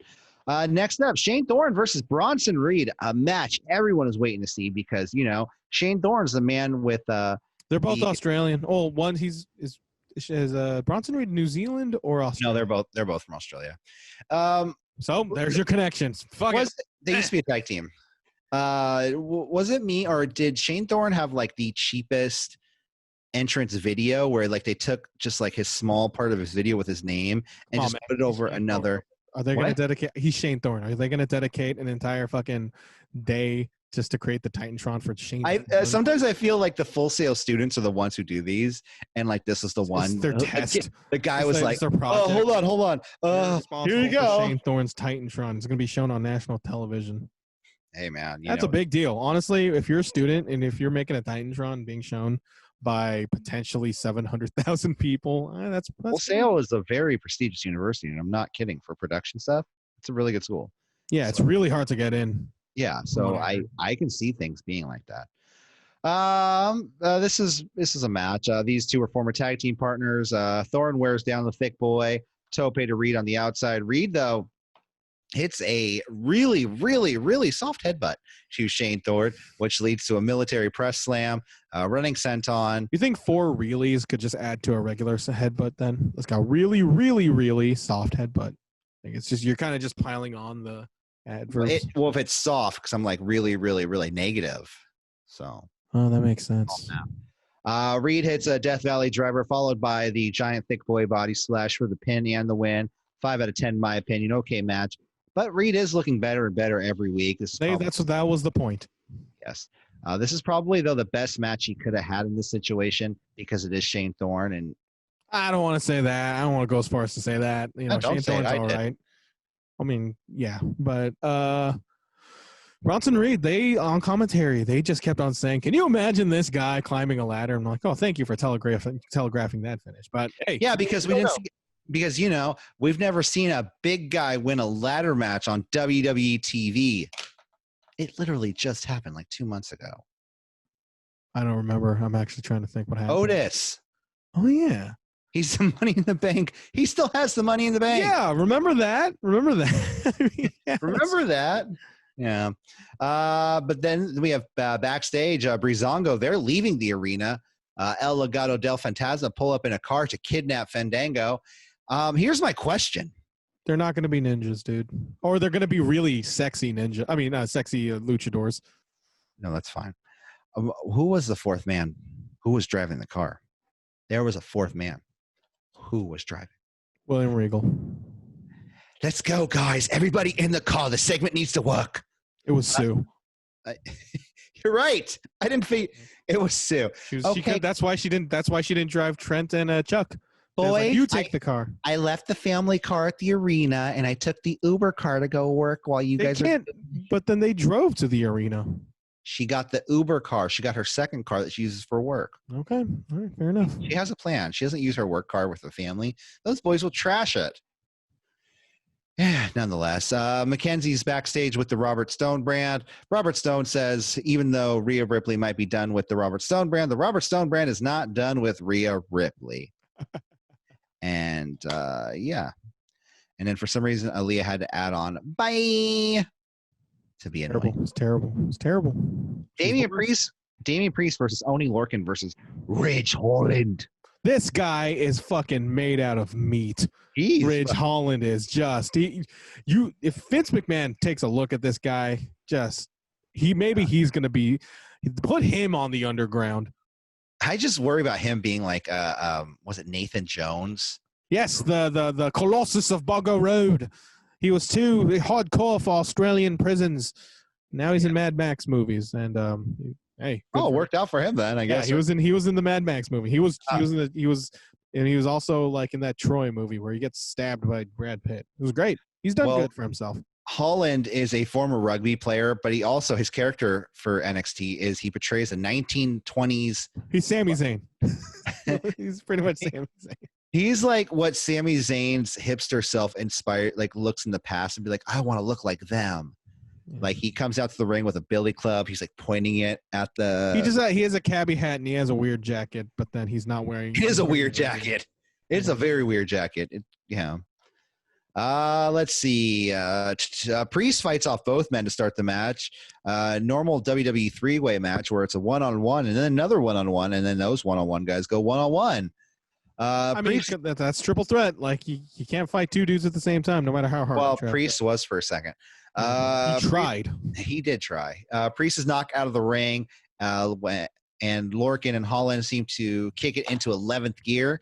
This match really started to pick up though when Oni Lorcan kind of took the lead, I would say.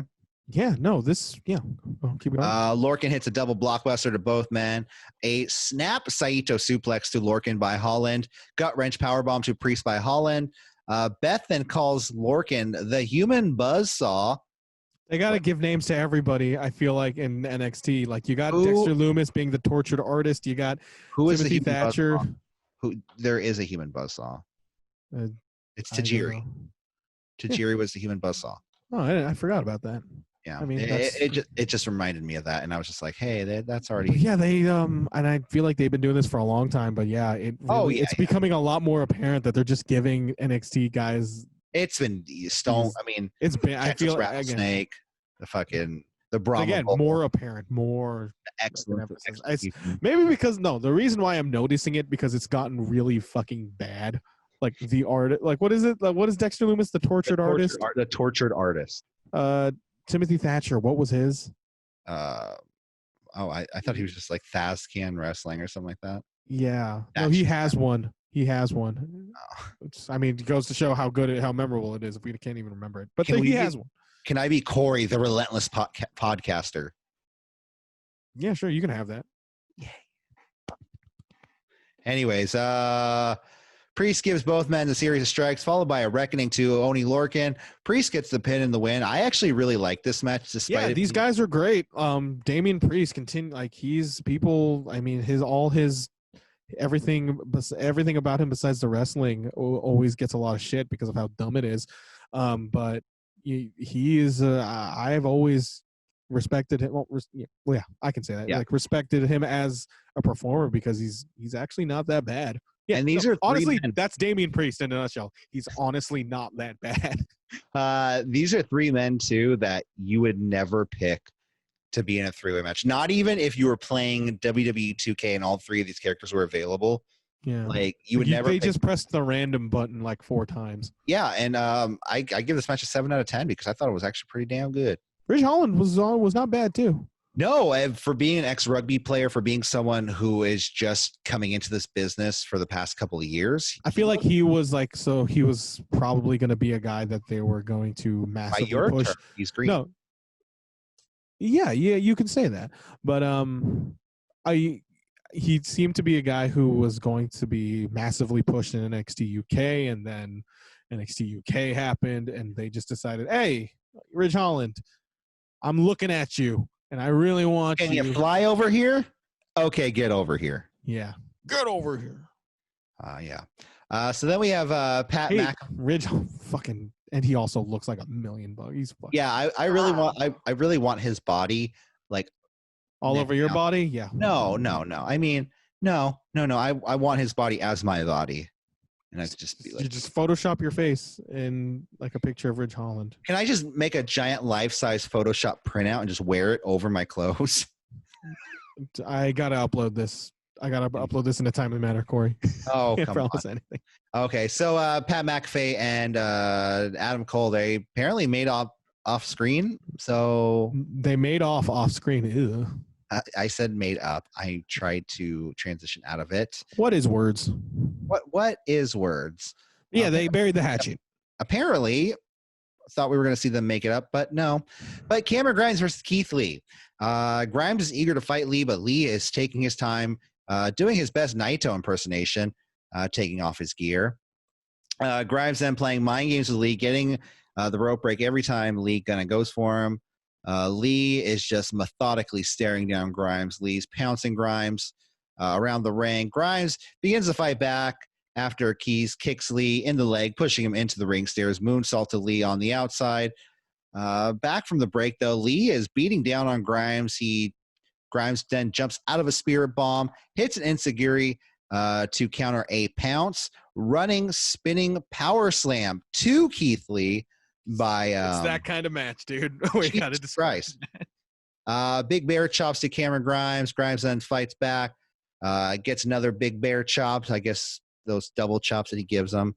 Lee then hits a spirit bomb to Grimes for the pin and the win. Another 7 out of 10 match for me this evening. Oh yeah, no, it was fantastic. Cameron Grimes, he continues to be like among my favorites. What they're doing to him as a character wise, I question. But if they hey, listen, if it shows, if the whole point of it is to show off, his character and then like the work that he can do on that end, like I don't completely blame them in that regard. But I thought Keith Lee looked legitimate as hell throughout this entire match.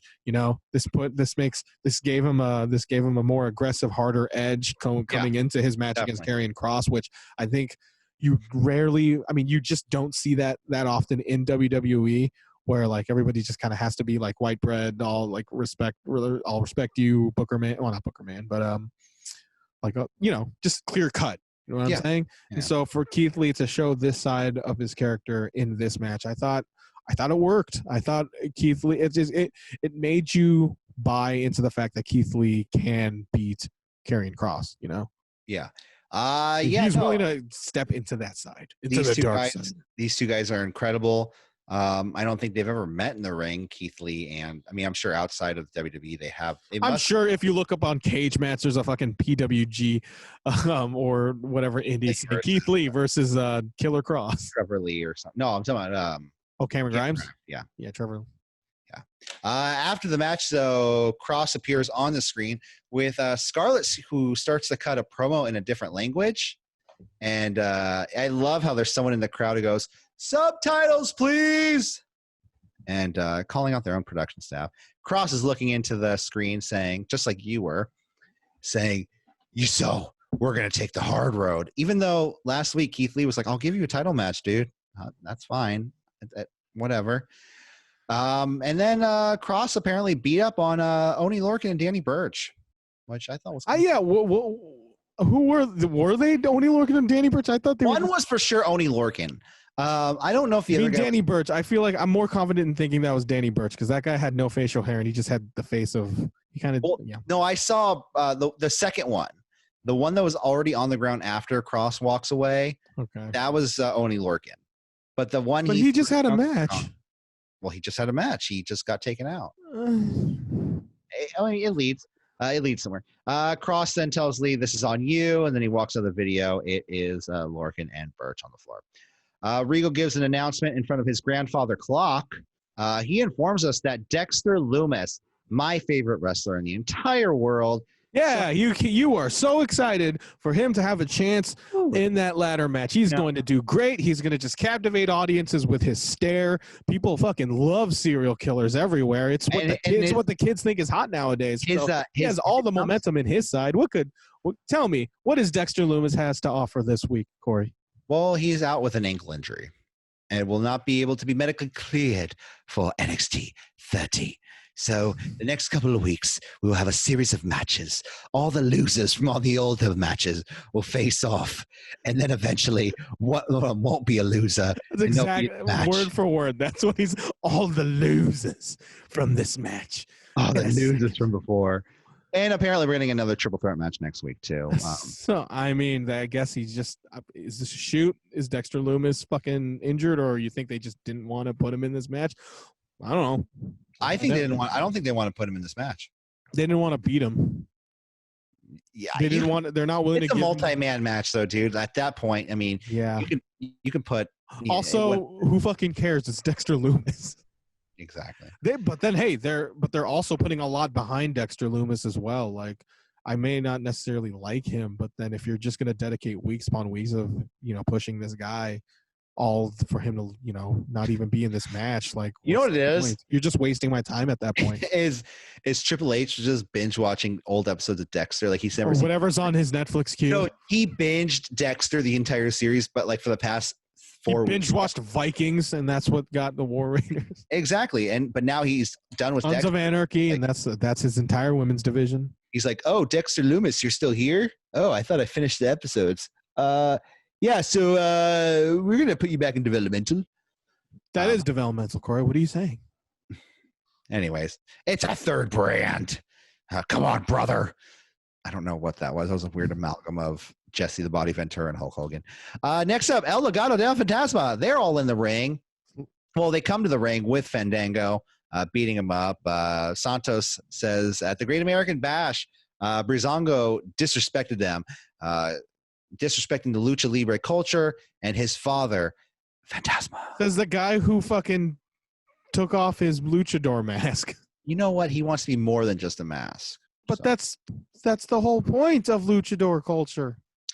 Breeze then tries to come into the ring to save his buddy. You know how much merch money you'll make? He just fucking took off his meal ticket. Yeah. Fucking idiot. Santos, for some reason, after beating up on Breezango, then calls out Swerve Scott. I know they're having a feud. Who also died in the Raw Underground. Swerve Scott? He was one of the dudes who got killed in the Raw Underground. It was God. Can we talk about that? I mean, okay. No, I don't want to talk about Raw Underground. It makes me want to cry. Anyways, I mean, what do you want to say about it? Yeah, let's just fucking get into it. Raw Underground. They want Shane. They want his, okay, well, shoot-wise, they want to salvage the third hour. They announced that the Raw Underground, 10 p.m., and I thought, holy fuck, is this going to be the entire third hour? And I, like a big fucking moron that I am, I decided to tune into Raw, seeing what the hell this is all about. Get your Undertaker gear on because your name was Mark that night. I felt like an idiot. Now they just sprinkle these really bad fake MMA segments throughout a really bad fake wrestling show, and I just thought it's just two heaps of shit that just makes this. What was it? 42 cuts in one match. 42 camera cuts in one match. God, it was terrible. Like it was pretty much like, I was really into it a little bit. And if there's anything to salvage that Raw Underground thing is that it made the Hurt Business. They came off looking like if the whole entire point of Raw Underground was to make the Hurt Business look freaking legit badass monster dudes, mission accomplished. But if this was to put Raw Underground over, they have failed fucking miserably. Yeah, I don't know where it's gonna go, but it's. I'm not watching next week. I'll just watch the stream. We will on Twitter. I mean, no. Okay, back to Raw Underground. Back to NXT. Damian Priest, he's leaving the arena, and Mackenzie wants to ask him about winning this match, going to the ladder match, and how Dexter Lumis not being in the match, having an ankle injury. For some reason, Bronson congratulates him, and Priest is just like, oh, so you want to congratulate me? You think you can just talk shit? Okay, I guess we'll have a match now. Did he say shit? Because he didn't say shit. I ad-lib here. Come on, they can. Apparently, they can say shit. And can NXT say shit? No, I don't think NXT can. Well, put it against them. They're really desperate. Well, they're not desperate, but they want ratings. So, yeah. We'll get there. Tom Phillips is then joined by Pat McAfee, because he's the story of the night. Tegan Knox versus Indy Hartwell. I'm just gonna get fucking there. Tegan, she beats Indy. It was a 4 out of 10 match. It sucked. Tegan Knox, what do you think of her now? right now. Megan Knox, she's a great wrestler. No, she's great though. She's good. I like her. She's got a good look. I mean, getting wear kind a brown leather jacket. I've been getting kind of down lately on her. Like sometimes I think, oh, it's just a bad match, but then there's beginning to become a pattern where it's just I just don't. I'm not really seeing it in Tegan Knox, honestly. It really all depends on the people she's wrestling too, man. And maybe it's the fact that I just don't see enough confidence in her because she doesn't want to, get risk injury again. Knock on wood.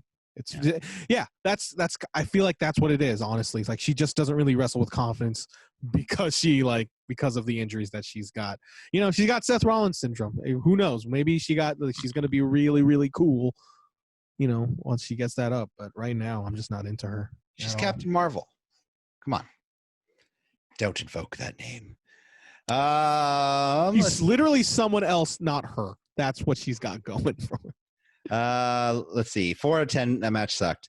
Next week, NXT. We have a 3-way. Winner goes to the ladder match. Losers get to face each other for another opportunity for a ladder match. Kushida versus Cameron Grimes versus a mystery opponent. Who is his mystery opponent? I don't know. We'll find out next week. You have no It's idea. Eric Bischoff. I would say so. I mean, it could be Zack Ryder. Kidding. He is the hottest free agent in wrestling right now. Says did they really say that? Jim Ross, yeah, or Tony. One of them said it. Okay, main event time. Oh, sorry, and we also have Danny Burch versus Karrion Kross and Reed versus Priest. Oh, maybe that's why. That's why that was Danny Burch. Yeah, that's the only reason that's the only reason why. No, that makes sense. Yeah. Next up, Undisputed Era versus Imperium for the NXT Tag Team Championships. So all members of Undisputed Era come to the ring. O'Reilly and Eichner start the match off just trading chops and boots back and forth. The entire match, though, is focused on Pat McAfee sitting with Tom Phillips ringside, who is just being a complete dick to Adam Cole. They're really kind of just healing it up. Like they're kind of 100%. They're angling it. I mean, well, maybe we're probably going to get too ahead of ourselves, but then they're really angling the fact that Pat McAfee is the heel in this one. Well, we'll see, man. I mean, so he's sitting there. He's just like making fun of Adam, not like making fun of like, oh, this guy sucks, but he's just like backhanded compliments. Just like he came up a little bit short. Oh, yeah. Even Beth Phoenix kind of calls him out like, this is childish. What are you doing? And but O'Reilly, he's fucking on fire in this match. I mean, I don't necessarily support. Yeah, this Kyle O'Reilly. We can talk about that all day. That's Kyle O'Reilly. He has diabetes and he's wrestling in Florida. Yes, but he looked really good in this match. So I mean, good on him for that. But listen, I'm not a wrestler, so I can't really speak on the whole really wanting to wrestle. But then you have guys like Sami Zayn and Roman Reigns just really kind of, really just holding themselves back and honestly ending up looking smarter at the end. But then you have guys like dude, like I don't want to call Kyle O'Reilly like dumb.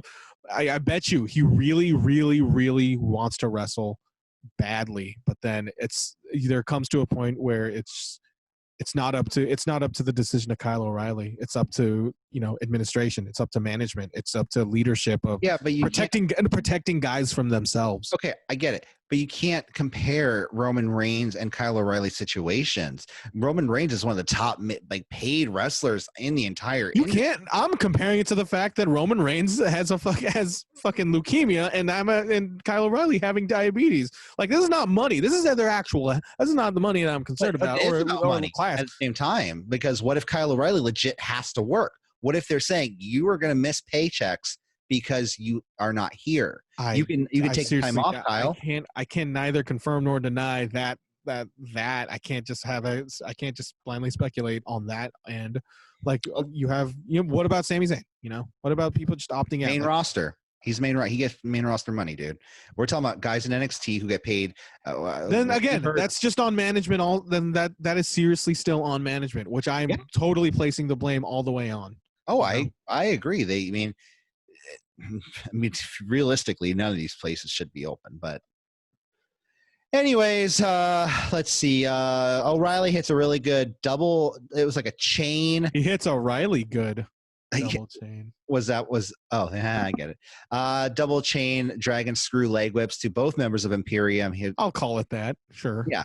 O'Reilly at one point locks in a knee bar, and Bartel is slamming his hands down on the mat, and I don't know why it wasn't a tap because he's literally hitting. Oh yeah, no, that's they even called it.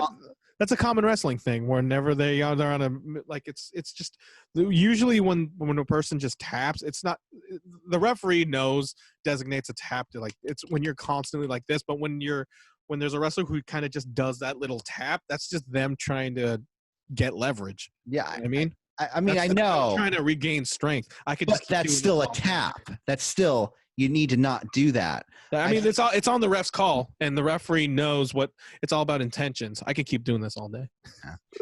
Let's see. And then where was I? Springboard moonsault. Bret Hart would do that sometimes. You watch his match? Yeah, and he should have been. Yeah, he didn't do it as intensively as Bartel though. Let's see. Springboard moonsault to O'Reilly, breaking up the hold by Eichner to O'Reilly. Cole now hears him being insulted by Pat McAfee.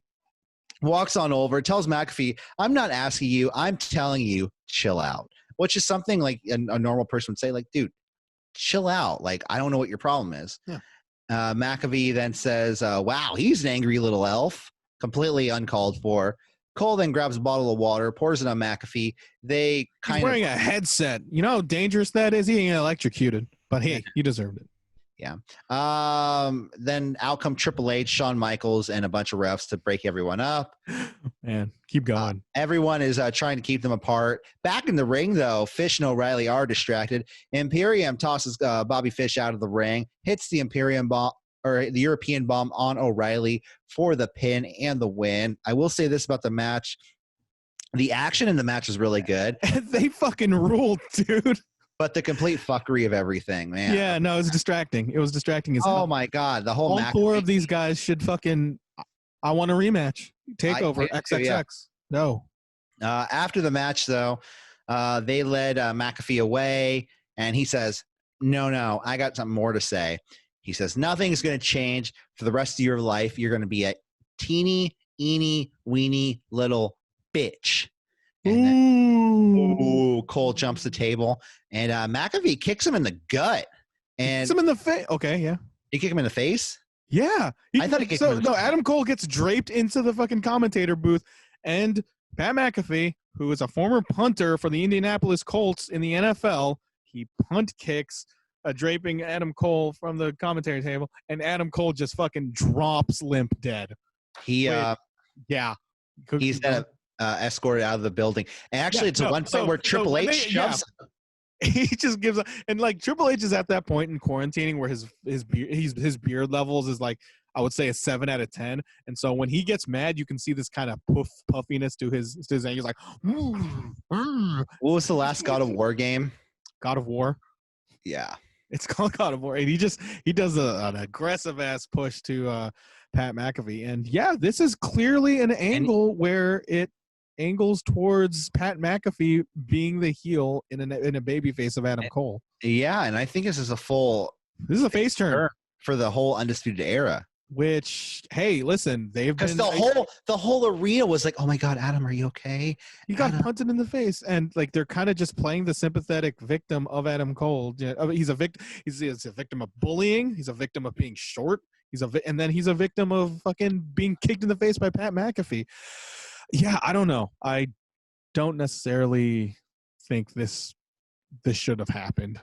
Come on, like he's a fucking former NXT World Champion. Is this what you're kind of just treating your biggest stars? Everyone having a fucking celebrity like everyone does something they do a weird match before they leave.